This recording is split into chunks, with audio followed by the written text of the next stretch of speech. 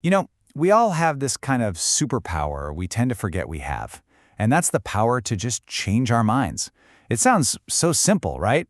But today, we're going to dive into a story that shows how being flexible and not rigid can lead to way better outcomes, especially when it comes to life's biggest decisions. All right, so first up, let's talk about this word, hidebound. It's a great word. It basically means being so stuck in your ways that you're just not willing to listen to new ideas.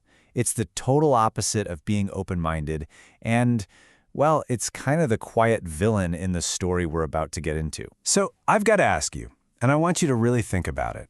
When was the last time you actually changed your mind about something that really mattered? I'm not talking about what you wanted for dinner, but, a big plan, a core belief, one of those life decisions. It's a lot harder than it sounds, isn't it? To really see what I mean, let me tell you a story.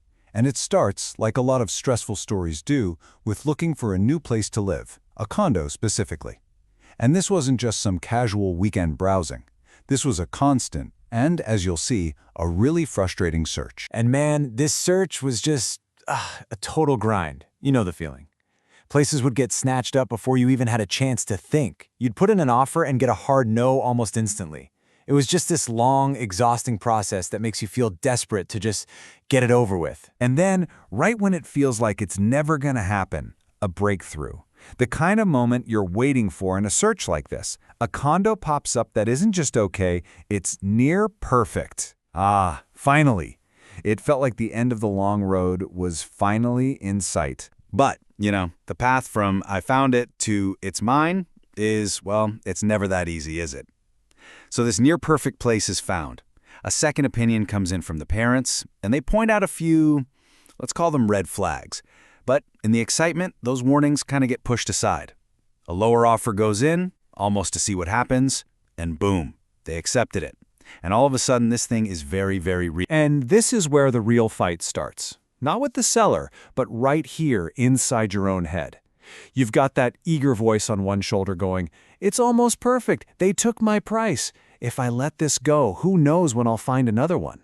But then there's that other, quieter voice, the cautious one, asking, "Hey, those red flags were real. And is it just me or does my gut feel a little off about this?" And this brings up a huge question, right? How can you possibly tell the difference between genuine confidence in a choice and just being so eager to be done with a painful process that you'll take anything? All that time, all that energy you spent searching, it creates this intense pressure to just see it through, so the effort wasn't for nothing. It's such a tricky human dilemma. The feeling was just completely overwhelming, a real internal tug of war. Every logical reason, all the momentum, was screaming, "Go!" But this little nagging feeling, this gut instinct, was whispering, "Stop." It was a total deadlock between the brain and the gut. And let's be real about the stakes here. This wasn't some small, everyday choice. This was a truly hard, genuinely life-changing decision. The kind that just sits heavy on your shoulders, keeps you up at night, because you know whatever you choose is going to shape your life for a long, long time. So after all that searching, all that pressure, with a near-perfect place on the table and an accepted offer, the final call was made, and the decision was no. To just walk away from the whole thing. Can you imagine the guts it took to slam on the brakes when everything and everyone is telling you to hit the gas? So what was it? What was behind that incredibly tough choice? It was deeper than just a couple of red flags. It really came down to this powerful gut feeling. This little voice of intuition that just said, my gut told me that I deserved better. Trusting that quiet feeling over the loud, frantic desire to just be done, that was everything. So what was the payoff for making that incredibly tough call? Was it worth it? Oh yeah. The reward for choosing to be flexible instead of just crossing the finish line was huge. Saying no to the good thing opened the door for the great thing, a better home with even better conditions.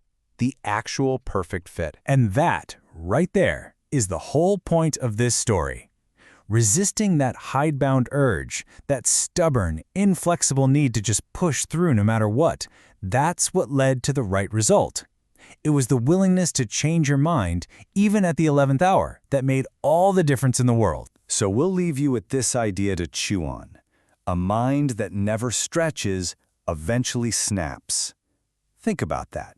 Our ability to be flexible, it's like a muscle. It needs to be exercised. If we don't, we risk getting brittle, rigid, and just breaking under pressure.